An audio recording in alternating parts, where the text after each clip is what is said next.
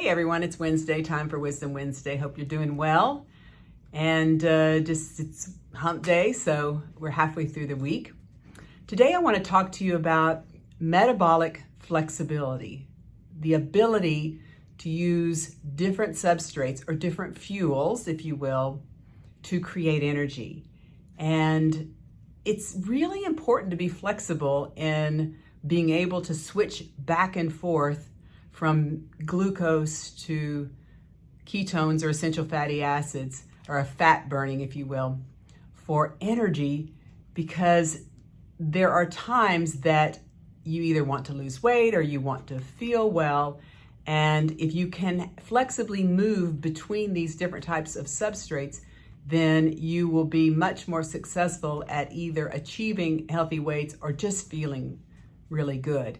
In times of need, back when man was early on the earth, it was really important to be metabolically flexible and be able to utilize fat as a substrate because food was scarce.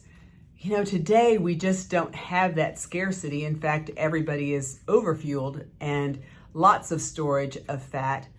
And it's being able to dive in and dip into these fat stores that are really important. And we know that people who are overweight and over time have created insulin resistance, they really struggle oftentimes to lose weight. And part of that is because they're not metabolically flexible. And insulin resistance makes it really hard to get into the fat cell, to burn the fat cell. There are two important enzymes that are utilized in order to either store fat or to be able to burn fat. And they are in balance and work off of each other, just like salt and pepper and chocolate and peanut butter. You want a balance between those two things. So one of them is called hormone sensitive lipase, and anything that ASE is on the end of is an enzyme. And that is the one that helps us break down fat. And then there's lipoprotein lipase, which is more about turning off the ability to burn fat and store fat. So it's this balancing act and they play off of each other. If one is high, the other is suppressed. And if the other is suppressed, the other one is high up. So that's how that works. And it's really important to be able to utilize both of these hormones and not have one turned on all the time. The fat storage, for instance, turned on all the time. But when you are insulin resistant, meaning higher and higher levels of insulin, then it's really difficult to be able to switch that around and become a fat burner. People who are inflexible in terms of metabolism generally tend to be fatigued. They have trouble losing weight and they tend to gain weight. There's a lot of brain fog, poor quality sleep, definitely low mood and depression, poor cognition and poor cognitive function, as well as at times difficulty with breathing.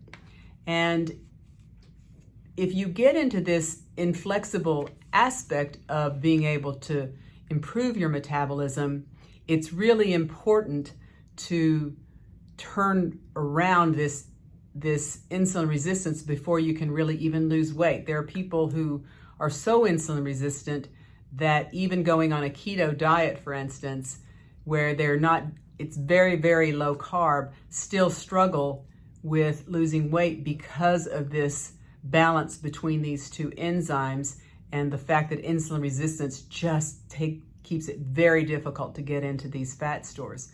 So what can we do to improve our metabolic flexibility? Well, the first thing is exercise. Exercise is very important for revving up the metabolic system, but what's helpful is that it burns up all the glycogen, which is stored glucose essentially, and then we do have to dip into fat cells in order to be able to create energy.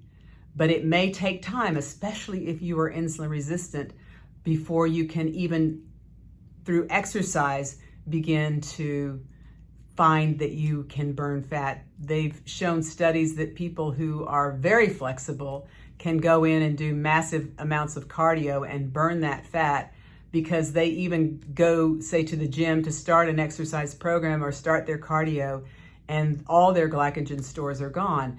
And we see that they can immediately dip into the stored sources of energy in the source of fat cells in order to do that. But if you're inflexible, it just takes time. So exercise is vital. And my professor that teaches all of my courses for hormone courses basically just says a day you don't exercise is a day you don't eat.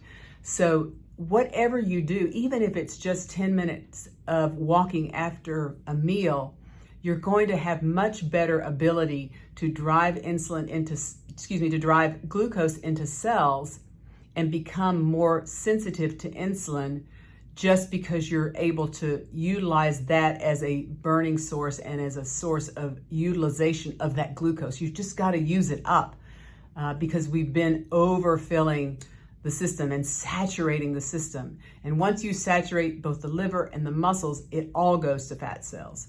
So it's vital that we burn it off and do as much of that as we can. And then secondarily, which we've talked about over and over again, is fasting. Fasting is very good for improving metabolic flexibility, because insulin is what decreases our ability to get into fat cells. So by eating less and having less spikes of insulin, it allows the body to search out and seek for these abilities, these fat cells to get into and dive into them, and it brings balance back into those two enzymes, that hormone-sensitive lipase and the lipoprotein lipases. And these may be things that you'll begin to hear about if you start to read about that. And we know that for people who are really struggling with weight loss, this is probably that area of an issue. And in particular, people who are really stressed. We know a lot of people who just can't lose weight. And when there's high cortisol, which is the other major hormone aside from insulin, it increases glucose in the blood, but it also downregulates insulin, and it makes us more insulin resistant. So this issue with cortisol and stress just puts us in even a more metabolically inflexible position. So learning how to deal with stress is very important. Exercise can be a great way to do that. And so just because you are struggling or maybe at a plateau and you're trying to lose weight and you cannot do it, just know that if you will move a little bit more, particularly after meals, obviously you've got to bring down the sugar in your body, so lower carbohydrates, and understanding how to do that, eating more natural and real foods, staying away from processed foods, staying away from poor quality fats.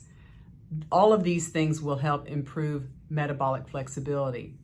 Hope that's somewhat helpful for you and gives you an idea of maybe why you may be struggling, why you may be having a problem with a plateau as far as weight is concerned, or you're just not feeling well and it's because of your insulin resistance. And some of these numbers, one of the things that we do here in this office is we check fasting insulin. We check your triglycerides. These are real indicators of metabolic flexibility. If your fasting insulin is above 5, it's not optimal.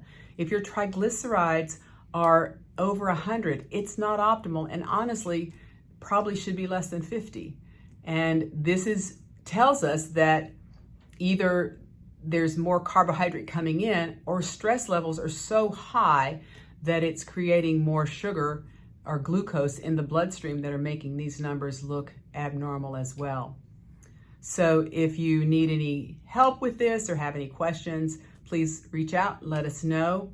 But hopefully this maybe gives you an idea of where to get started in improving your flexibility from a metabolic standpoint. You all have a great week, and we'll talk again next week.